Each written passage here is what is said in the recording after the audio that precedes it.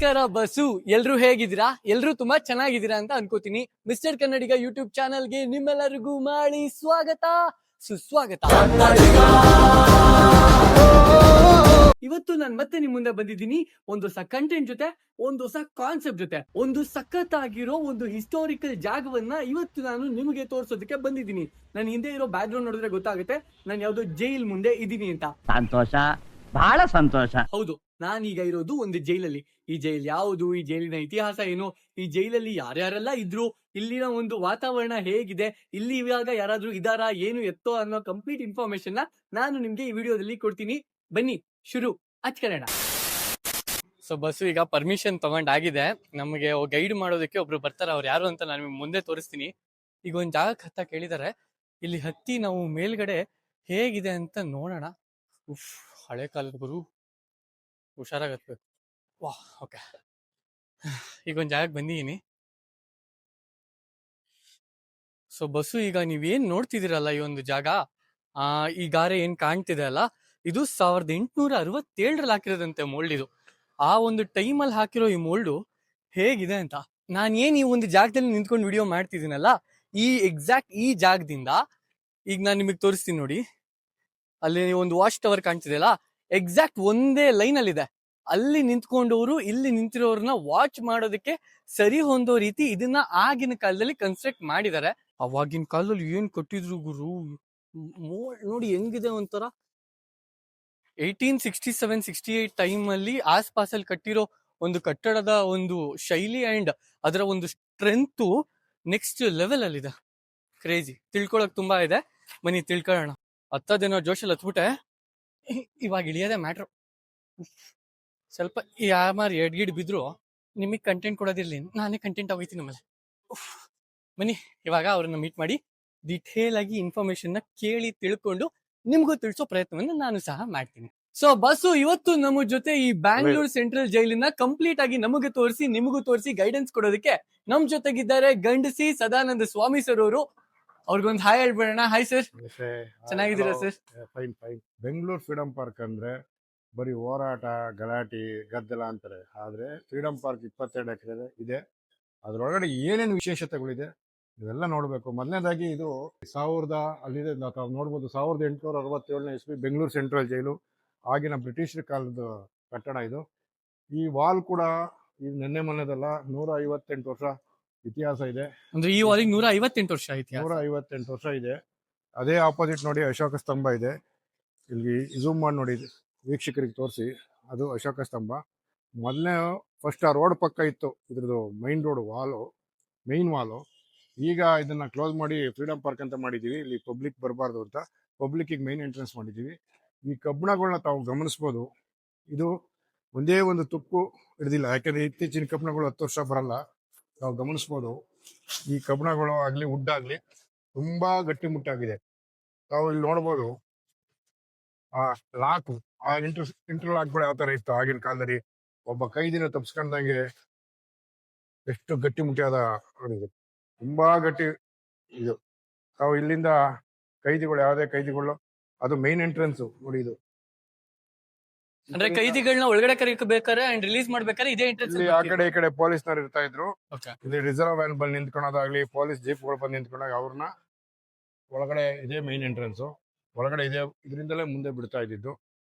ಇಲ್ಲೇನಾಗುತ್ತೆ ಅಂದ್ರೆ ತಾವು ಗಮನಿಸ್ಬೋದು, ಇಲ್ಲಿ ಎಂಟ್ರಿ ಕೊಟ್ಬಿಟ್ಟು ಒಳಗಡೆ ಹೋಗ್ತಿದಂಗೆ ಅಲ್ಲಿ ಆಫೀಸ್ ಟೇಬಲ್ ಮೇಲೆ ಬಟ್ಟೆಗಳು ಕೊಡ್ತಾ ಇದ್ರು ಅವರಿಗೆ, ಕೈದಿಗಳಿಗೆ. ಅಂದ್ರೆ ವೈಟ್ ಟು ಬ್ಲಾಕ್ ಫಿಲಮ್ ಅಲ್ಲಿ ತೋರಿಸಾರಲ್ಲ ಹಳೆ ಕಾಲದ ಬಟ್ಟೆಗಳು. ನೀವು 50 ವರ್ಷದ ಸಿನಿಮಾ ನೋಡಿ, ಇದನ್ನ ತಾಯಿ ಮಡಿಲು, ಸುಮಾರು ಸಿನಿಮಾ, ಅವಾಗಿನ ಕಲ್ಯಾಣ್ ಕುಮಾರ್ ಇಂದ ಹಿಡಿದು ಡಾಕ್ಟರ್ ರಾಜ್ಕುಮಾರ್ ಸಾಹೇಬ್ರಿಂದ ಹಿಡಿದು ಎಲ್ಲಾ ಸಿನಿಮಾಗಳು ಮಾಡಿದ್ದಾರೆ. ಇಲ್ಲಿ ಸುಮಾರು 1000 ಸಿನಿಮಾಗಳೇ ಕನ್ನಡ, ತೆಲುಗು, ತಮಿಳು ಎಲ್ಲಾ ಭಾಷೆಯಲ್ಲೂ ಮಾಡ್ತಾರೆ. ಅಂದ್ರೆ ಕೈದಿಗಳು ಮಧ್ಯಾಹ್ನ ಶೂಟಿಂಗ್ ಮಾಡ್ತಿದ್ರ? ಕೈದಿಗಳು ಪರ್ಮಿಷನ್ ಕೊಡ್ತಾ ಇದ್ರು, ಇವಾಗ ಕೊಡ್ತಾ ಇಲ್ಲ. ಇವಾಗ ಹಳೆ ಹೊಸ ಸೆಂಟ್ರಲ್ ಜೈಲಲ್ಲೂ ಕೊಡ್ತಾ ಇಲ್ಲ, ಬಟ್ ಈಗಲೂ ಕೂಡ ಇಲ್ಲೇ ಮಾಡ್ತಾರೆ. ಅದೇ ತರ ಸೀನ್ ಮಾಡ್ಕೊಳಕೋಸ್ಕರ ಇಲ್ಲಿ ಮಾಡ್ತಾರೆ. ಒಳಗಡೆ ಹೋಗೋಣ ಬನ್ನಿ, ಇನ್ನು ತುಂಬಾ ಮಜವಾಗಿದೆ. ಬಸ್ಸು, ಈಗ ಕೈದಿಗಳನ್ನ ಈ ಜೈಲ್ ಒಳಗಡೆ ಅಥವಾ ಹೊರಗಡೆ ಕರ್ಕೊಂಡು ಹೋಗ್ಬೇಕಾದ್ರೆ ಫಸ್ಟ್ ಎಂಟ್ರೆನ್ಸ್ ಇದು. ಇದಾದ್ಮೇಲೆ ಮತ್ತೆ ಇನ್ನ ಒಂದು ಎಂಟ್ರೆನ್ಸ್ ಸಿಗುತ್ತೆ, ಅದು ಈ ಎಂಟ್ರೆನ್ಸ್. ಈ ಎರಡು ಒಂಥರ ಬೃಹತ್ ದ್ವಾರಗಳನ್ನ ದಾಟಿ ಯಾವ ಕೈದಿ ಕೂಡ ತಪ್ಪಿಸ್ಕೊಂಡು ಹೋಗ್ಬಾರ್ದು ಅಂತ ಅವಾಗಿನ ಕಾಲದ ಬ್ರಿಟಿಷರ್ದೇ ಆಗ್ಲಿ ಅಥವಾ ನಮ್ಮ ಸರ್ಕಾರದ ಅಂಡರ್ಗಳಲ್ಲಿ ಬಂದಾಗ್ಲಿ ಅವರ ಒಂದು ಇಂಟೆನ್ಷನ್ ಆಗಿತ್ತು ಅಂತಾನೆ ಹೇಳ್ಬೋದು ಅಲ್ವಾ ಸರ್? ಖಂಡಿತ. ನಿಮ್ ಕೈಯಲ್ಲಿ ಒಂದು ಫೋಟೋ ಇದೆ. ಖಂಡಿತ. ಈ ಫೋಟೋ ವಿಶೇಷ ಏನಪ್ಪಾ ಅಂದ್ರೆ, ನೋಡಿ ಇಂದಿರಾ ಗಾಂಧಿ ಎಮರ್ಜೆನ್ಸಿ ಇರ್ತಾರೆ 1875ನೇ ಇಸ್ವಿನಲ್ಲಿ. ಹೌದು. ಆವಾಗ LK ಅಡ್ವಾಣಿ ಅವ್ರನ್ನ ಈ ಜೈಲಿನಲ್ಲಿ ಹೊರಗಡೆ ಒಂದು ಸೆಲ್ ಇದೆ, ಐ ಸೆಕ್ಯೂರಿಟಿ ಸೆಲ್ ಅಂತ, ಆ ಸೆಲ್ ನಲ್ಲಿ ಇಟ್ಟಿರ್ತಾರೆ. ಎಷ್ಟು ಕಾಲ ಈ ಜೈಲಲ್ಲಿ ಇದ್ರು ಅಂತ ಹೇಳಿ? 2 ವರ್ಷಗಳ ಕಾಲ. 2 ವರ್ಷಗಳ ಕಾಲ ಈ ಜೈಲಲ್ಲಿ ಅವ್ರು ಇದ್ರು. ಅವ್ರ ಜೊತೆ ದೇವೇಗೌಡರು ಇದ್ರು, ವಾಜಪೇಯಿ ಅವರು ಇದ್ರು. ಅನೇಕ ಟೌನ್ ಹಾಲ್ ಹತ್ರ ಅರೆಸ್ಟ್ ಮಾಡ್ಕೊಂಡ್ಬಂದು ಈ ಜೈಲ್ಗೆ ಹಾಕ್ತಾರೆ ಎಮರ್ಜೆನ್ಸಿ ಟೈಮ್ ನಲ್ಲಿ. ಇತಿಹಾಸ ಇದು. ಸರ್ ನಾವೀಗ ಯಾವ ಜಾಗದಲ್ಲಿ ಇದೀವಿ ಸರ್? ನೋಡಿ ಈಗ ಅಲ್ಲಿ ನೋಡಿದ್ರಿ ಜೈಲು ಎಂಟ್ರೆನ್ಸ್, ಈ ಕಡೆ ನೋಡಿದ್ರೆ ಅದು ಈ ಔಟ್, ಇನ್ನು 2 ನೋಡಿದ್ರಿ. ಅಲ್ಲಿ ಮೇಲ್ಗಡೆ ಪ್ರಿಸನ್ಸ್ ಅಂತ ಇದೆ ನೋಡಿ. ಹೌದು. ಅಧಿಕಾರಿಗಳು ಅಲ್ಲಿ ಕುತ್ಕೊಂಡು ಒಂದು ವಿಂಡೋ ಕಾಣುತ್ತೆ ನೋಡಿ. ವಿಂಡೋ ಹತ್ರ 4 ಕಿಟಕಿಗಳು ಇದೆ. ಆ ಕಿಟಕಿಯಿಂದ ನೋಡಿ ತಾವು ನೋಡ್ಬೋದು ಸಮಾನಾಂತರ ವಾಲ್ ಇದು. ಸಮಾನಾಂತರ ವಾಲ್ ಮೇಲ್ಗಡೆ ಅಲ್ಲಿ ಟವರ್ ಇದೆ, ಗೋಪುರ ಅಂತ. ಅಲ್ಲಿ ವೀಕ್ಷಣಾ ಗೋಪುರ ಅಂದ್ರೆ 4 ನಾರ್ತ್ ಈಸ್ಟ್ ಸೌತ್ ವೆಸ್ಟ್ ನಲ್ಲಿ ಅಧಿಕಾರಿಗಳು ಅಲ್ಲಿಂದ ವಾಚ್ ಮಾಡೋರು, ಪೊಲೀಸ್ ಆಫೀಸರ್ಗಳು ಗನ್ ಅನ್ನು ಇಟ್ಕೊಂಡು 27 ಬ್ಯಾರಕ್ಗಳನ್ನ, ಅಂದ್ರೆ ಬ್ಯಾರಕ್ಗಳು ಅಂದ್ರೆ ಕೈದಿಗಳು ಇರೋಂತ ಜಾಗಗಳನ್ನ ಅಲ್ಲಿಂದ ಅಬ್ಸರ್ವ್ ಮಾಡೋರು. ತಾವು ಗಮನಿಸ್ಬೋದು ಈ ಸಮಾನಾಂತರ ವಾಲು ಸುಮಾರು ಎಷ್ಟು ಅಡಿ ಹೈಟ್ ಇರ್ಬೋದು. ಇದಕ್ಕೊಂದು ಮಳೆ ಹೊಡಿಯಲು ಕೂಡ ಆಗಲ್ಲ ಅಂತ ಗಟ್ಟಿಯಾದ ವಾಲು. ಗಾರೆ ಗಚ್ಚು ಅಂತಾರಲ್ಲ, ಆ ಗಚ್ಚು ವಾಲ್ನಲ್ಲಿ ಇದು ಕಟ್ಟಿರೋದು. ಯಾವುದೇ ಗಾಳಿ ಮಳೆ ಬಿಸಿಲು ಏನು ಬಂದ್ರು ಇವತ್ತವರೆಗೂ ಒಂದು ಅಲ್ಲಾಡಿಲ್ಲ, ಒಂದು ಮಳೆ ಹೊಡಿಲಿಕ್ಕೂ ಯಾರ ಕೈಲೂ ಆಗಿಲ್ಲ. ಅಷ್ಟು ಅಂದ್ರೆ ಆ ರೇಂಜಿಗೆ ಇದೆ ಅಂತ ಹೇಳ್ತಿದ್ದೀರಾ ಸರ್ ನೀವು? ಸೊ ಅಂದ್ರೆ ಸುಣ್ಣದ ಗಾರೆ ಯೂಸ್ ಮಾಡ್ಕೊಂಡು ಕಟ್ಟಿರೋದು. ಕಾಲದಲ್ಲಿ ಎಷ್ಟು ಗಟ್ಟಿಮುಟ್ಟಾಗಿ ಅಂದ್ರೆ ಕೈದಿಗಳನ್ನ ಬೆಳೆಸ್ಕೊಂಡು ಕಟ್ಟಿರೋದ ಅಥವಾ ಹೇಗೆ ಸರ್ ಇದು? ಇದು ಎಲ್ಲ ಅವಾಗ ವರ್ಕ್ ಮಾಡಿರೋದು, ಕೈದಿಗಳೇನ್ ಬೆಳೆಸಿರ್ಲಿಲ್ಲ. ಬಟ್ ಅವಾಗಿನ ಕನ್ಸ್ಟ್ರಕ್ಷನ್ ಯಾವ ತರ ಇರುತ್ತೆ ಅಂತ. ಈ ಸಮಾನಾಂತರ ವಾಲ್ ಅಂತ ಅಂದ್ರೆ ಬೆಳಗ್ಗೆ ಪಥಸಂಚಲನ ಪೊಲೀಸ್ನವರು ಏನದು, ಅವ್ರಿಗೂ ಎಕ್ಸರ್ಸೈಸ್ ಬೇಕು. ಅವರು ಬೆಳಗ್ಗೆ ಎಲ್ಲರಿಗೂ ಎಲ್ಲೆಲ್ಲಿ ಡ್ಯೂಟಿ ಹಾಕ್ಬೇಕು ಅಂದ್ರೆ ಆಫೀಸರ್ಗಳು ಮೊದಲು ಅವರು ಫಸ್ಟ್ ಡ್ರಿಲ್ ಮಾಡೋದು, ಅದು ಇದು ಇನ್ನಿತರ ಕೆಲಸಗಳನ್ನ ಇದೆ ಈ ವಾಲ್ ಮುಖಾಂತರ ಮಾಡಿ, ಆ ನಂತರದಲ್ಲಿ ಅವರು ಅಲ್ಲೇ ಡ್ಯೂಟಿಗೆ ಅಲಾಟ್ ಮಾಡ್ತಿದ್ರು. ಅದನ್ನೆಲ್ಲ ಮೇಲ್ಗಡೆ ಆಫೀಸರ್ ಸೂಪರಿಂಟೆಂಟ್, ಜೈಲ್ ಸೂಪರಿಂಟೆಂಟ್ಗಳು ಅಲ್ಲಿಂದ ನೋಡೋರು. ಸರ್ ಈ ಬೆಂಗಳೂರಲ್ಲಿ ಏನೇ ಪ್ರೊಟೆಸ್ಟ್ ಗಳಾದ್ರೂ ಫ್ರೀಡಂ ಪಾರ್ಕ್ ಅಲ್ಲಿ ಆಗುತ್ತಲ್ಲ, ಯಾಕೆ? ಫ್ರೀಡಂ ಪಾರ್ಕ್ ಯಾಕಪ್ಪ ಅಂದ್ರೆ ಇತ್ತೀಚೆಗೆ ಲಾಸ್ಟ್ ಕಳೆದ 2 ವರ್ಷದಿಂದ ಹೈಕೋರ್ಟ್ ಆದೇಶ ಆಯ್ತು, ಡೈರೆಕ್ಷನ್ ಕೊಡ್ತು ಹೈಕೋರ್ಟ್. ಬೆಂಗಳೂರಿನಲ್ಲಿ ಟೌನ್ ಹಾಲ್ ಹತ್ರ, MG ರೋಡ್ ಗಾಂಧಿ ಸ್ಟ್ಯಾಚ್ಯೂ ಹತ್ರ, ಮೌರ್ಯ ಹೋಟ್ಲ್ ಹತ್ರ, ಗಾಂಧಿ ಸ್ಟ್ಯಾಚ್ಯೂ ಹತ್ರ ಬನ್ನಪ್ಪ ಪಾರ್ಕ್ ಅಂತ ಇದೆ. ಈ ಕಡೆ ಸಾಕಷ್ಟು ಕಡೆಯಿಂದ ಎಲ್ಲೆಲ್ಲಿ ಮನಸೋ ಇಚ್ಛೆ ಪ್ರತಿಭಟನೆಗಳು ಮಾಡ್ತಾ ಇದ್ರು. ಏನಾಯ್ತು, ಪೊಲೀಸರಿಗೆ ಇರೋ ಪೊಲೀಸರ ಸಂಖ್ಯೆ ಕಮ್ಮಿ ಇರೋದ್ರಿಂದ ಎಲ್ಲೆಲ್ಲೋ ಪ್ರತಿಭಟನೆ ಮಾಡ್ಕೊಂಡು ಗಲಭೆಗಳು, ಗಲಾಟೆಗಳು, ಕಲ್ ತೂರಾಟಗಳು, ಧಿಕ್ಕಾರಗಳು, ರೋಡ್ ಬ್ಲಾಕ್ ನಡೀತಾ ಇದ್ರೆ ಪೊಲೀಸ್ ಭದ್ರತೆ ಸಾಕಾಗಲ್ಲ, ಜನರನ್ನ ಅವಾಯ್ಡ್ ಮಾಡೋಕ್ಕಾಗಲ್ಲ, ಅಹಿತಕರ ಘಟನೆಗಳು ಆಗ್ತವೆ ಅಂದ್ಬಿಟ್ಟು ಇಮ್ಮಿಡಿಯೇಟ್ ಏನ್ ಮಾಡ್ಬಿಟ್ರು, ಅವರು ಹೈಕೋರ್ಟ್ ಡೈರೆಕ್ಷನ್ ಕೊಡ್ತು, ನೀವೇನೇ ಮಾಡಬೇಕು ಪ್ರತಿಭಟನೆ ಅಂದ್ರೆ ಒಂದು ಫ್ರೀಡಂ ಪಾರ್ಕ್ ಜಾಗ ನಿಗದಿಪಡಿಸಿ, ಯಾವುದೇ ಪ್ರತಿಭಟನೆ ಇರ್ಬೋದು. ಹಾಗಾಗಿ ಬೇರೆ ಎಲ್ಲೂ ಅವಕಾಶ ಇಲ್ಲ, ಈ ಪ್ರತಿಭಟನೆ ಬಂದು ಓನ್ಲಿ ಫ್ರೀಡಂ ಪಾರ್ಕ್. ತಾವು ನೋಡ್ಬೋದು, ಅವಾಗಲೇ ಹೇಳಿದ್ನಲ್ಲ ಬ್ಯಾರಕ್ ಈ ಬ್ಯಾರಕ್ EFABCD ಇಂದ ಆಲ್ಫಾಬಿಟ್ಸ್ ಎಷ್ಟಿದೆ ಅಷ್ಟು ಬ್ಯಾರಕ್ಗಳಿತ್ತು. ನಾವು ಗಮನಿಸ್ಬೋದು. ಬ್ಯಾರಕ್ ಯಾಕೆ ಇಲ್ಲಿ ಇಟ್ಟಿದೀವಿ ಒಂದು ನೆನಪಿಗೋಸ್ಕರ ಅಂದ್ರೆ, ಬ್ಯಾರಕ್ ನಲ್ಲಿ 100 ಜನ ಕೈದಿಗಳು ಒಂದೇ ರೂಮ್ ನಲ್ಲಿ ಮಲಗ್ತಾ ಇದ್ರು. 100 ಜನ ಕೈದಿಗಳಿಗೆ ಒಂದೇ ಟಾಯ್ಲೆಟ್. ಶಿಕ್ಷೆ ಅಂದ್ರೆ ನೋಡಿ, ನಮ್ಮ ಮನೆಗಳಲ್ಲಿ 4 ಜನ ಇದ್ರೆ 1 ಟಾಯ್ಲೆಟ್ ಇದ್ರೆ ಕಷ್ಟ ಆಗುತ್ತೆ. 100 ಜನ ಕೈದಿಗಳು 6:30 ಅಷ್ಟೊಳಗಡೆ ಟಾಯ್ಲೆಟ್ ನಿತ್ಯ ಕರ್ಮಗಳನ್ನ ಮುಗಿಸಿ ಅವರು ರೆಡಿ ಆಗ್ಬೇಕು ಅಂದ್ರೆ ಎಷ್ಟು ಟೈಮ್ ಹಿಡಿಯುತ್ತೆ. ಆ ನೀರಿನ ಸಮಸ್ಯೆಗಳು, ಆ ಸ್ಮೆಲ್ಲು, ಇದ್ರ ತಾವು ಗಮನಿಸ್ಬೋದು. ಅವಾಗಿನ ಬೆಡ್ಗಳು ನೋಡಿ, ಇವತ್ತಿಗೂ 158 ವರ್ಷ ಆಗಿದೆ. ಇವತ್ತಿನ ಹಾಸಿಗೆಗಳು 1 ತಿಂಗಳು ಬರಲ್ಲ, 1 ವರ್ಷ ಬರಲ್ಲ. ಆದ್ರೆ ಆವಾಗಿನ ನೋಡಿ, ನೆಟ್ಟಿಗೆ ಮಲಗಕ್ಕೂ ಆಗ್ತಿರ್ಲಿಲ್ಲ, ಕಾಲ್ ಆಚೆ ಬರುತ್ತೆ. ದಿಂಬು ನೋಡಿ, ಅಷ್ಟೇ ದಿಂಬು. ಅಂದ್ರೆ ಕೈದಿಗಳಿಗೆ ಸುಖ ಇರಲ್ಲ ಜೈಲಲ್ಲಿ. ಯಾಕೆ ಜೈಲಿಗೆ ಬರಬೇಡಿ ಅಂತಾರಲ್ಲ ಈ ಕರ್ಮಗಳಿಗೆ, ಯಾಕಂದ್ರೆ 14 ವರ್ಷ ಸಜೆ ಆಗಿರುತ್ತೆ ಒಬ್ಬನಿಗೆ ಬೇಲ್ ಆಗುತ್ತೋ ಇಲ್ವೋ, 6 ತಿಂಗಳಲ್ಲಿ ಆಗುತ್ತೋ, ಅಲ್ಲಿವರೆಗೂ ನಾವು ಅನುಭವಿಸ್ಬೇಕು. ಮನೆಯಲ್ಲಿ ಒಳ್ಳೆ ಹಾಸಿಗೆಲ್ ಮಲಗ್ತಿರ್ತಾನೆ, ಒಳ್ಳೆ ಒದಿಕೆ ಕೊಡ್ತಾರೆ, ಇಲ್ಲಿ ಯಾವ್ದಿಲ್ಲ, ಗಟ್ಟಿ ನೆಲ.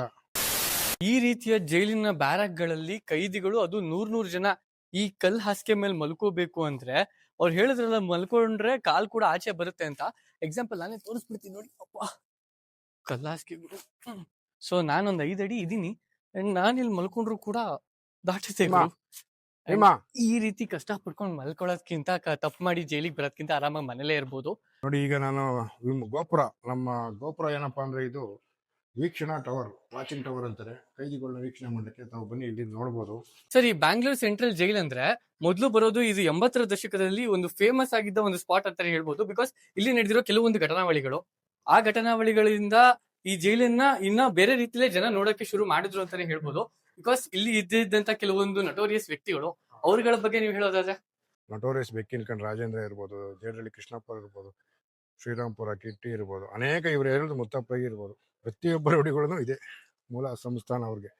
ಆ ಜೈಲು ಇಲ್ಲಿಂದಲೇ ಇದ್ದು ಅವರು ಮುಂದೆ ರಿಲೀಸ್ ಆಗಿರ್ಬೋದು, ಮುಂದೆ ಒಳ್ಳೊಳ್ಳೆ ಕೆಲಸ ಮಾಡಿರ್ಬೋದು, ಇನ್ನೊಂದು ಏನೇ ಕೆಲಸ ಮಾಡಿದ್ರು ಈ ಮೂಲ ಇಲ್ಲಿಂದಲೇ. ಅಂದ್ರೆ ಅವ್ರುಗಳು ಕೂಡ ಇದೇ ರೀತಿ ಇದೇ ಬ್ಯಾರಕ್ಗಳಲ್ಲಿ ಇರ್ಬೇಕಾಗಿತ್ತ ಸರ್? ಈಗ ನೋಡಿ ಹಾಸ್ಪಿಟಲ್ ಬ್ಲಾಕ್ ಅಂತ ತೋರಿಸ್ತೀನಿ. ಹಾ. ಕೆಲವರು ದುಡ್ಡಿರೋರು ನಾರ್ಮಲ್ ಶೈಲಿಗೆ ಹಾಕ್ಸ್ಕೊಳಕ್ಕಿನ್ನ ನಾರ್ಮಲ್ ಜೈಲಿಗೆ ದುಡ್ಡಿರೋರು ಏನು ಮಾಡ್ತಾರೆ, ಈ ಎದೆ ನೋವು ಕಾಣಿಸ್ಕೊಂಡ್ಬಿಡುತ್ತೆ ಅವ್ರಿಗೆ ಇದಕ್ಕಿದ್ದಂಗೆ. ಹಾಸ್ಪಿಟ್ಲಲ್ಲಿ ಮಂಚ, ಬಿಸಿನೀರು, ಒಳ್ಳೆ ಚಪಾತಿ ಊಟ ಸಿಗೋದು, ಅಲ್ಲಿಗೆ ಹಾಕ್ಸ್ಕೊಂಡ್ಬಿಡೋದು. ನಮಗೆ ಗೊತ್ತಿರೋ ಮಾಹಿತಿ ಪ್ರಕಾರ, ಹಳೆ ಡಿಜಿಗಳು ಹೇಳೋ ಪ್ರಕಾರ ಹಿಂದಿನ ಕಾಲದಲ್ಲಿ ಒಂದು ಗಾದೆ ಇತ್ತು, ಕಂಬಿ ಎಣಿಸೋದು ಅಂತ. ಗೊತ್ತಿದೆಯಾ ನಿಮ್ಗದು? ಹೌದು ಸರ್. ನೋಡೋಣ. 1 2 3 4 1 2 3 4. ಅರ್ಥ ಆಯ್ತಲ್ಲ? ಹಾ. ಅಂದ್ರೆ ಜೈಲೊಳಗೆ 14 ವರ್ಷ ಇರ್ಲಿ, 20 ವರ್ಷ ಇರ್ಲಿ, ಕಂಬಿ ಎಣಿಸೋ ಕೆಲಸ ಯಾರು ಮಾಡಬಾರ್ದು ಅಂತಾರಲ್ಲ, ಇದಕ್ಕೋಸ್ಕರ. ಲೈಫಲ್ಲಿ ಯಾರೋ ಒಬ್ರು ಹೇಳ್ತಿದ್ರು, ತಪ್ಪು ಮಾಡ್ಬೇಡಿ ಕಂಬಿ ಎಣಿಸ್ಬಿಡ್ತೀರಾ ಅಂತ. ನಾನು ತಪ್ಪೇ ಮಾಡಿಲ್ಲ, ಆದ್ರೂ ಇವತ್ತು ಕಂಬಿ ಎಣಿಸ್ಬಿಟ್ಟೆ ಸರ್. ತಾವು ಈಗ ಗಮನಿಸ್ಬೋದು ಇದು ಈ ಕೊಠಡಿ ಯಾರ್ದಪ್ಪ ಅಂತ.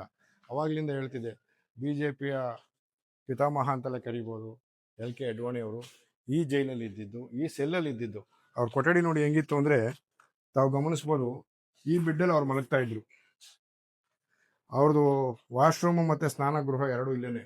ಅಷ್ಟೇ ಗಾಳಿ, ಚಿಕ್ಕ ಕಿಟಕಿನಲ್ಲಿ ಅವರು ಈ ವಾಸ ಇದ್ರು. ಸುಮಾರು 2 ವರ್ಷಗಳ ಕಾಲ ಈ ಶಿಕ್ಷೆನ ಅನುಭವಿಸಿ ಎಮರ್ಜೆನ್ಸಿ ಟೈಮ್ನಲ್ಲಿ ಈ ಜೈಲಲ್ಲಿ ಇದ್ರು ಅಂತ ಒಂದು ದಾಖಲೆ ಇದೆ. ಪ್ರಮುಖವಾದ ಘಟ್ಟ ಫೈನಲ್ ಅಂದ್ರೆ ಫ್ರೀಡಂ ಪಾರ್ಕ್ 22 ಎಕರೆ ಏನೇನಿದೆ ಅಂತ ಎಲ್ಲ ತೋರಿಸ್ಕೊಂಬಂದೆ. ಈಗ ಸಾವಿರಾರು ಜನ ಕೈದಿಗಳು ಇಲ್ಲಿ ಹ್ಯಾಂಗಿಂಗ್ ಅಂದ್ರೆ ನೇಣಿಗೆ ಶಿಕ್ಷೆಗೆ ಒಳಪಟ್ಟಿರ್ತಾರೆ. ಹೋರಾಟಗಾರ ಇರ್ಬೋದು, ಅನೇಕ ಕ್ರಿಮಿನಲ್ ಅಫೆನ್ಸ್ಗಳನ್ನ ಮಾಡಿ ಗಲ್ಲು ಶಿಕ್ಷೆಗೆ ಒಳಪಟ್ಟಿರ್ತಾರೆ.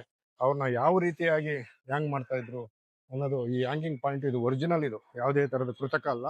ತಾವು ಗಮನಿಸ್ಬೋದು ಈ ಕಬ್ಬಿಣದ್ದು ಈ ಆ್ಯಂಗಲ್ಲು ಮಧ್ಯ ಸುಮ್ಮನೆ ಇದು ಇತ್ತೀಚೆಗೆ ಯಾರೋ ಹುಡುಗರು ಕಟ್ಟಿದ್ದಾರೆ, ಬಟ್ ಇದು ಒರಿಜಿನಲ್. ಈ ದಾರ ಮಾತ್ರ ಒರಿಜಿನಲ್ ಅಲ್ಲ. ಈ ತಾವು ಪ್ಲೇಟ್ ನೋಡ್ಬೋದು, ಸ್ಟೀಲ್ ಪ್ಲೇಟು ಕಬ್ಬಿಣದ್ದು. ಇಲ್ಲೊಂದು ರಾಡ್ ಇತ್ತು, ಇಲ್ಲಿ ಕಟ್ಟಾಗಿ ಹೋಗ್ಬಿಟ್ಟಿದೆ. ಸ್ಪ್ರಿಂಗ್ ಕಾಣುತ್ತೆ ನೋಡಿ ಇಲ್ಲಿ. ಈ ರಾಡ್ ಮುಖಾಂತರ ಒಂದು ಲೆಂತ್ ರಾಡ್ ಇತ್ತು. ಈ ಪ್ಲೇಟ್ ಮೇಲೆ ಕೈದಿನ ನಿಲ್ಲಿಸ್ಬಿಟ್ಟು ಕಪ್ಪು ಬಟ್ಟೆನ ಮುಖಕ್ಕೆ ಹಾಕ್ಬಿಟ್ಟು ಇಲ್ಲಿ ಹ್ಯಾಂಗ್ ಮಾಡೋಕ್ಕೆ ನಿಲ್ಲಿಸ್ತಾ ಇದ್ರು. ಅದಾದ್ಮೇಲೆ ಇದ್ರ ಮೇಲೆ ನಿಲ್ಲಿಸಿದಾಗ ಈ ಚಾನಲ್ನ ಎಳಿತಿದ್ದಂಗೆ ಆಟೋಮೆಟಿಕ್ ಡೋರ್ ಓಪನ್ ಆಗೋದು. ಆ ಡೋರ್ ಓಪನ್ ಆಗ್ತಿದ್ದಂಗೆ ಟೈಟ್ ಬಂದ್ಬಿಡುತ್ತೆ ಬಾಡಿ. ನೋಡಿ ಸ್ಟೇರ್ ಕೇಸ್ ಕಾಣುತ್ತೆ ಅಲ್ಲಿ, ಆ ಸ್ಟೇರ್ ಕೇಸ್ ಮುಖಾಂತರ ಬಾಡಿನ ಎತ್ಕೊಳ್ತಾ ಇದ್ರು. ಯಾಕೆಂದ್ರೆ ಹಗ್ಗದಿಂದ ಕೆಳಗಡೆ ಬಂದು ಟೈಟ್ ಆದಾಗ ಬಾಡಿ ವೆಯ್ಟ್ ಬರುತ್ತೆ. ಹಾಗಾಗಿ ಇದ್ರ ಮುಖಾಂತರ ಬಾಡಿನ ಎತ್ಕೊಳ್ತಾ ಇದ್ರು. ಇದು 158 ವರ್ಷ. ಇದಕ್ಕೂ ಕೂಡ 158 ವರ್ಷದಿಂದ ಇದೆ. ಇದೆ. ಹೌದು, ಈ ಅಂಚು. ಬಟ್ ಇದೆಲ್ಲ ವಾಲೆಲ್ಲ ಇದು BBMPಗೆ ಸೇರ್ಕೊಂಡ್ಮೇಲೆ GB ಆಗಿದೆ ಈಗ. ಬಟ್ ಈ ವಾಲೆಲ್ಲ ಓಪನ್ ಮಾಡಿದ್ದಾರೆ. ಬಟ್ ಫುಲ್ ಹೈಟ್ ಕಾಂಪೌಂಡ್ ಇತ್ತು, ಸುಮಾರು 20 ಅಡಿ ವಾಲು ಹೈಟ್ ಕಾಂಪೌಂಡ್ ಇತ್ತು. ಏನು ಕಾಣಿಸ್ತಾ ಇರಲಿಲ್ಲ. ಬಸ್ಸು ಈ ಬ್ಯಾಂಗ್ಳೂರ್ ಸೆಂಟ್ರಲ್ ಜೈಲ್, ಇವಾಗಿನ ಫ್ರೀಡಂ ಪಾರ್ಕ್ ಇದೆ ಏನಿದೆ, ಇದು ಹಲವಾರು ದೊಡ್ಡ ತಲೆಗಳೇ ಈ ಜೈಲಲ್ಲಿ ಇದ್ದು ದೊಡ್ಡ ಮ್ಯಾಟರ್ಗಳಿಗೆ ಸಾಕ್ಷಿಗಾಗಿದೆ. ಅಂಡ್ ನೀವು ಕೆಲವೊಂದು ಪಿಕ್ಚರ್ಗಳಲ್ಲಿ ನೋಡಿರ್ಬೋದು, ಈ ಜೈರಾಜ್ ಅವರು ಜೈಲಲ್ಲಿ ಇದ್ದಾಗ ಅವ್ರ ಹೊರಗಡೆ ಬಂದ ತಕ್ಷಣ ಅಟ್ಯಾಕ್ ಆಗಿ ಅವ್ರ ಮೇಲೆ ಒಂದಷ್ಟು ಮಾರಣಾಂತಿಕ ಹಲ್ಲೆಗಳು ಕೂಡ ಆಗುತ್ತಲ್ಲ, ಅದು ನಡೆದಿರೋದು ಇದೇ ಒಂದು ಜೈಲಲ್ಲಿ. ಯಾಕಂದ್ರೆ ಈ ಜೈಲು ಫ್ರೀಡಂ ಪಾರ್ಕ್ ಆಗಿ ಟರ್ನ್ ಆಗಿದ್ದು 2008ರಲ್ಲಿ. ಅದಕ್ಕಿಂತ ಮುಂಚೆ 2004ನೇ ಟೈಮಲ್ಲಿ ಇದು ಸ್ಪರ್ಪನಗರ ಹಾಕಿ ಈ ಜೈಲಿಂದ ಆ ಜೈಲಿಗೆ ಕೈದಿಗಳಿಗೆ ಶಿಫ್ಟ್ ಆಗಿದ್ದು. ಅಲ್ಲಿಗಿಂತ ಮುಂಚೆ ಯಾರೆಲ್ಲ ದೊಡ್ಡ ಡಾನ್ಗಳು ಅಥವಾ ದೊಡ್ಡ ರೌಡಿಗಳು, ದೊಡ್ಡ ತಲೆಗಳು ಅಂತಿದ್ರು, ಅವರೆಲ್ಲ ಇದ್ದಿದ್ದು ಇದೇ ಜೈಲಲ್ಲಿ. ಈ ಜೈಲ್ಗಳಲ್ಲೇ ಅವರಿದ್ದು, ಅವ್ರ ರಿಲೀಸ್ ಆಗಿದ್ದು ಅಥವಾ ಅಲ್ಲಿಂದ ಅವ್ರಿಗೆ ಸಜಾ ಆಗಿದ್ದು ಎಲ್ಲ ಈ ಒಂದು ಜಾಗದಲ್ಲೇ. ಮುಂಚೆ ಎಲ್ಲ ಈ ಜೈಲು ತುಂಬಾ ದೊಡ್ಡದಾಗೆ ಇತ್ತು. ಯಾವಾಗ ಒಂದ್ ಕಡೆಯಿಂದ ಇನ್ನೊಂದ್ ಕಡೆ ಶಿಫ್ಟ್ ಆದ್ಮೇಲೆ ಕೆಲವೊಂದು ಜಾಗಗಳನ್ನ ಮಾತ್ರ ಉಳಿಸ್ಕೊಂಡು ಇನ್ ಮಿಕ್ಕಿದ ಎಲ್ಲಾ ಜಾಗಗಳನ್ನ ಇವ್ರು ರಿನೋವೇಟ್ ಮಾಡ್ಕೊಂಡಿದ್ದಾರೆ. ಅಂಡ್ ನಾನೀಗ ಯಾವ ಒಂದು ಬ್ಯಾರಕ್ ಅಲ್ಲಿ ಇದೀನಿ ಅಂದ್ರೆ, ಇದು ಲೇಡೀಸ್ ಬ್ಯಾರಕ್, ಅಂದ್ರೆ ಹೆಂಗಸರು ಇರುವಂತ ಒಂದು ಬ್ಯಾರಕ್ ಅಲ್ಲಿ ನಾನು ಇದೀನಿ. ಸುತ್ತಮುತ್ತ ಯಾರು ಇಲ್ಲ, ಒಬ್ನೇ ಇದ್ದೀನಿ. ಅಂಡ್ ನೀವು ನೋಡ್ತಿರ್ಬೋದು ಈ ಬ್ಯಾರಕ್ ಹೇಗಿದೆ ಅಂತ. ಈ ಇಷ್ಟೂ ಬ್ಯಾರಕ್ ಅಲ್ಲಿ ಹೆಂಗಸರನ್ನ ಇಡ್ತಾ ಇದ್ರು. ಅಂಡ್ ಅವ್ರಗಳಿಗೆ ಇರ್ತಿದ್ದು ಒಂದೇ ಒಂದು ಬಾತ್ರೂಮ್ ಅಂತೆ. ಆ ಬಾತ್ರೂಮ್ ಅಲ್ಲಿ ಬೆಳಗಿನ ಜಾವ 6:30ಗಿಂತ ಮುಂಚೆನೆ ಅವರು ಅವರ ದಿನನಿತ್ಯದ ಕರ್ಮಗಳನ್ನ ಮುಗಿಸ್ಕೊಂಡು ರೆಡಿ ಆಗಿರ್ಬೇಕಾಗಿತ್ತಂತೆ. ಯೋಚನೆ ಮಾಡಿ ಎಷ್ಟು ಕಷ್ಟ ಇರ್ತಿತ್ತು, ಎಷ್ಟು ಹಿಂಸೆ ಆಗ್ತಿರ್ಬೋದು ಅವ್ರಿಗೆ ಅಂತ.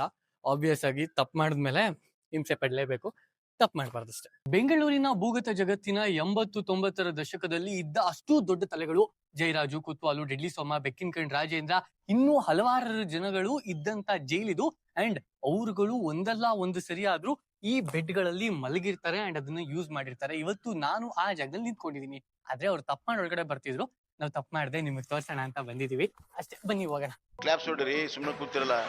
ನೀವೇನೀಗ ನನ್ನ ಹಿಂದೆ ಇರೋ ಈ ಒಂದು ಪೊಲೀಸ್ ಸ್ಟ್ಯಾಚ್ಯೂನ ನೋಡಿದಿರಲ್ಲ, ಅಂಡ್ ಅವಾಗಿನ ಕಾಲದಲ್ಲಿ ಪೊಲೀಸರು ಡ್ರೆಸ್ ಇದ್ದಿದ್ದು ಹೀಗೆ, ಒಂದು ಟೋಪಿ ಇರ್ತಿತ್ತು, ಅಂಡ್ ಅವರು ಇಲ್ಲೊಂದು ವಿಜುವಲ್, ಇಲ್ಲೊಂದು ಬಂದೂಕ, ಚಡ್ಡಿ ಕೊಡ್ತಿದ್ರು ಅಂಡ್ ಬೂಟ್ಸು. ಪ್ಯಾಂಟ್ ಬಂದಿದ್ದು ಲೇಟರ್ ಆನ್ ಅದರ ಮುಂದುವರೆದ ಭಾಗದಲ್ಲಿ. ಅಂಡ್ ಈ ರೀತಿ ಪೊಲೀಸರು ಈ ವಾಚ್ ಟವರ್ ಮೇಲೆ ನಿಂತ್ಕೊಂಡು ಜೈಲಿನ ಅಷ್ಟೂ ಭಾಗವನ್ನ ಇಲ್ಲಿಂದ ವಾಚ್ ಮಾಡ್ತಾ ಇದ್ರು. ಇಲ್ಲಿಂದ ಸೀದಾ ನೋಡಿದ್ರೆ ಅಲ್ಲಿ ಅಶೋಕ ಸ್ತಂಭ ಕಾಣುತ್ತೆ ಅಂಡ್ ಹಿಂದೆ ಇಲ್ಲಿ ಬಂದಿಖಾನೆಗಳು ಕಾಣುತ್ತೆ. ನೂರಾರು ಆರೋಪಿಗಳು, ಸಾವಿರಾರು ಜನ ಕೈದಿಗಳನ್ನ ಒಳಗೊಂಡಿದ್ದ ಈ ಬ್ಯಾಂಗ್ಳೂರು ಸೆಂಟ್ರಲ್ ಜೈಲ್ ಇವತ್ತಿಗೆ ಬರೀ ನೆನಪು ಮಾತ್ರ. ಯಾಕಂದ್ರೆ ಆಲ್ರೆಡಿ ಪರಪ್ಪನ ಅಗ್ರಹಾರ ಅನ್ನೋ ಒಂದು ಜೈಲು ಎಕ್ಸಿಸ್ಟಿಂಗ್ ಅಲ್ಲಿ ಇದೆ. ಇದು ಮುಂಚೆ ಇದ್ದಿದ್ದ ಜೈಲನ್ನ ಈಗ ಫ್ರೀಡಂ ಪಾರ್ಕ್ ಆಗಿ ಕನ್ವರ್ಟ್ ಮಾಡಿದ್ದಾರೆ. ಅಂಡ್ ಈ ಜೈಲಲ್ಲಿ ಬ್ಯಾರಕ್ ಗಳಿದೆ, ಹ್ಯಾಂಗಿಂಗ್ ಪಾಯಿಂಟ್ ಗಳಿದೆ, ವಾಚ್ ಟವರ್ ಗಳಿದೆ, ಹಿಂದಿನ ಕಾಲದ ವಿನ್ಯಾಸಗಳಿದೆ ಅಂಡ್ ಅವರ ಒಂದು ಕನ್ಸ್ಟ್ರಕ್ಷನ್ ಸ್ಟೈಲ್ ಗಳಿದೆ. ಹಾಗೂ ಈ ಒಂದು ಜೈಲಲ್ಲಿ 1063 ಜನರ ಆಕ್ರಂದನದ ನಾದ, ಅವ್ರನ್ನ ಕೊಲ್ಲಲ್ಪಡಬೇಕಾದ್ರೆ ಅಥವಾ ಅವರನ್ನ ಹ್ಯಾಂಗ್ ಮಾಡ್ಬೇಕಾದ್ರೆ ಅವರೊಳಗಿದ್ದ ಒಂದು ಆಕ್ರಂದನ, ತಪ್ಪು ಮಾಡಿದ ಒಂದು ಆ ಮನೋಭಾವತೆ ಅಥವಾ ಆ ಒಂದು ಗಿಲ್ಟ್ಗಳು ಈಗಲೂ ಈ ಜೈಲಿನ ಸುತ್ತಳತೆಯಲ್ಲೂ ಕೇಳಿಸ್ತಾ ಇರ್ಬೋದೇನೋ. ರಾತ್ರಿ ಹೊತ್ತಲ್ಲಿ ಅವರ ಆಕ್ರಂದನ ಕೂಗುಗಳು ಕೇಳ್ತಿರ್ಬೋದೇನೋ ಗೊತ್ತಿಲ್ಲ. ನನ್ನಂತೂ ಏನಾದ್ರು 24 ಗಂಟೆ ಚಾಲೆಂಜ್ ಇಲ್ಲಿ ಇರು ಅಂದ್ರೆ ನಮ್ಮ ಅಪ್ಪನಾಡೆ ಎಷ್ಟು ಕೊಡ್ತೀರಿ ಅಂತ ಇರಲ್ಲ. ಯಾಕೆ ಬೇಕು ಗುರು? ಜೈಲು ಅಂದ್ಮೇಲೆ ಇಲ್ಲಿಗೆ ಬಂದು ಉದ್ಧಾರ ಆಗಿರೋರು ಇರ್ತಾರೆ ಅಂಡ್ ಇದ್ರಲ್ಲಿ ಬಂದು ಡಿಗ್ರಿ ತಗೊಂಡು ಆಚೆ ಹೋಗಿ ಇನ್ನೂ ಹಾಳಾದವರು ಇರ್ತಾರೆ. ನಾವ್ ಹೇಳೋದೇನಪ್ಪಾ ಅಂದ್ರೆ ತಪ್ಪು ಮಾಡ್ಬಿಡಿ. ಈ ಜಾಗಗಳನ್ನ ಬರೀ ಕಣ್ಣಲ್ಲಿ ನೋಡಿ ಅಷ್ಟೇ, ಬಂದು ಇದ್ದು ವಾಸ ಮಾಡಿ ಎಕ್ಸ್ಪೀರಿಯನ್ಸ್ ತಗೊಳ್ಳುವಂತ ಹಣೆ ಬರಗಳು ನಿಮಗೆ ಬೇಡ. ಇದಿಷ್ಟು ನಮ್ಮ ಬ್ಯಾಂಗ್ಳೂರ್ ಸೆಂಟ್ರಲ್ ಜೈಲಿನ ಒಂದು ವಿಶೇಷ ಟೂರ್ ಗೈಡ್ ಆಗಿತ್ತು. ಗಂಡ್ಸಿ ಸದಾನಂದ ಸ್ವಾಮಿ ಸರ್ ಅವರು ನಮ್ಮ ಜೊತೆ ಇಷ್ಟೊತ್ತು ಇದ್ದು ಇದನ್ನ ನಮ್ಗೆ ಕಂಪ್ಲೀಟ್ ಆಗಿ ಒಂದು ಗೈಡ್ ಅನ್ನ ಕೊಟ್ಟಿದ್ರು. ಅವ್ರಿಗೂ ಒಂದು ಥ್ಯಾಂಕ್ಸ್ ಹೇಳ್ತಾ ಇದಿಷ್ಟು ಇವತ್ತಿನ ವಿಡಿಯೋ ಆಗಿತ್ತು. ಮತ್ತೆ ಸಿಗೋಣ ಮುಂದಿನ ವಿಡಿಯೋದಲ್ಲಿ. ಟಿಲ್ ದೆನ್ ನಮ್ಮನ್ನ ಸ್ವಲ್ಪ ಮಿಸ್ ಮಾಡ್ಕೋತಾ ಇರಿ. ನಮ್ಮ ಚಾನೆಲ್ ನ ಕಂಟೆಂಟ್ಗಳು ನಿಮ್ಗೆ ಇಷ್ಟ ಆದ್ರೆ ನಿಮ್ಮ ಫ್ರೆಂಡ್ಸ್ ಮತ್ತೆ ಫ್ಯಾಮಿಲಿಗೆ ಕೂಡ ಈ ವಿಡಿಯೋನ ಶೇರ್ ಮಾಡಿ. ಈ ತರ ಒಂದು ಚಾನೆಲ್ ಇದೆ, ಸಬ್ಸ್ಕ್ರೈಬ್ ಆಗಿ ಅಂತ ಹೇಳಿ. ಸಿಗೋಣ, ಬಾಯ್. la la la la la la la la la la la la